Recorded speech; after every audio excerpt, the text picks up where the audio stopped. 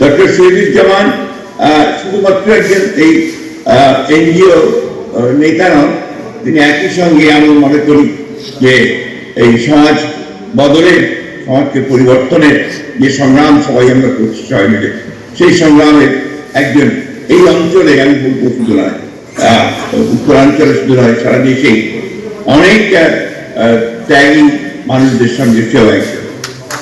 আমি ইএসডিও সবসময় সাফল্য কামনা করেছি, ডক্টর জামানের সাফল্য কামনা করেছি, এবং আমার বিশ্বাস আজকে আপনারা যারা এখানে উপস্থিত হয়েছেন, এই উপস্থিতির মাধ্যমে ইএসডিও আরো সাফল্য লাভ করবে, এবং শুধু ঠাকুর অঞ্চলে নয়, সমগ্র দেশে তারা একটা অত্যন্ত ইতিবাচক ভূমিকা রাখতে সক্ষম হয়।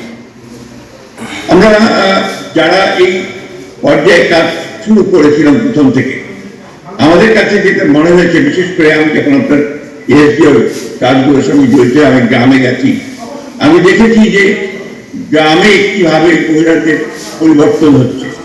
আমার এখনো মনে আছে, আমাদের মনে থাকতে পারে, আমরা গড়িয়ার নামে একটা ইউনিয়ন আছে, সেখানে আমরা গিয়েছিলাম।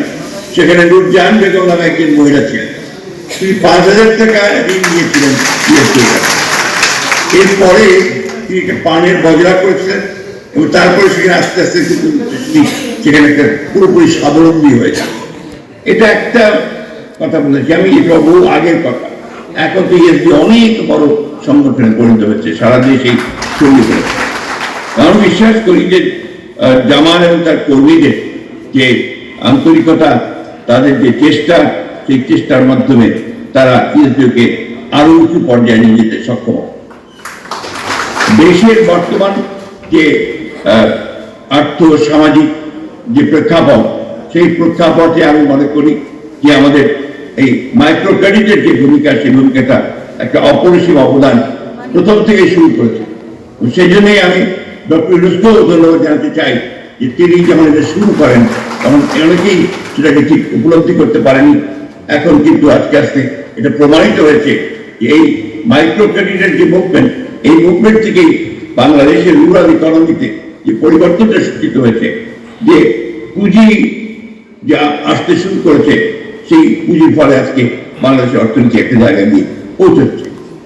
যারা এখানে অনেক জ্ঞানী ব্যক্তিরা আছেন, অনেক যারা অত্যন্ত অভিজ্ঞ ব্যক্তি আছেন, যারা দেশের কল্যাণে সবসময় কাজ করেছেন, তারা আপনাদের সামনে বক্তব্য রাখবেন, আপনারা উপকৃত হবেন, ইএসডি উপকৃত হবে।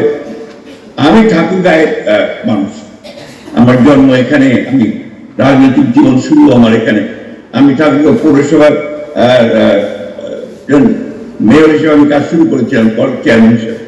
আমি একেবারেই তৃণমূল থেকে উঠে আসা আমার রাজনীতি, আমি রাজনীতির একজন মাঠ কর্মী।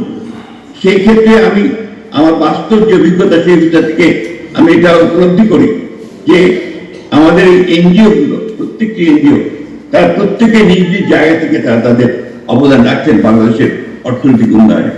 আমি বিশ্বাস করি যে এই কাজগুলোকে যদি সমন্বয় করা যায় এবং সঠিক কাজে প্রবাহিত করা যায় এবং মূল অর্থনীতির ধারায় যদি এটাকে একটা সংযুক্ত করা যায়, তাহলে নিশ্চয়ই সেটা আরো বেশি গতি লাভ করবে এবং আমাদের অর্থনীতির উন্নয়নের ক্ষেত্রে সে কাজ করবে।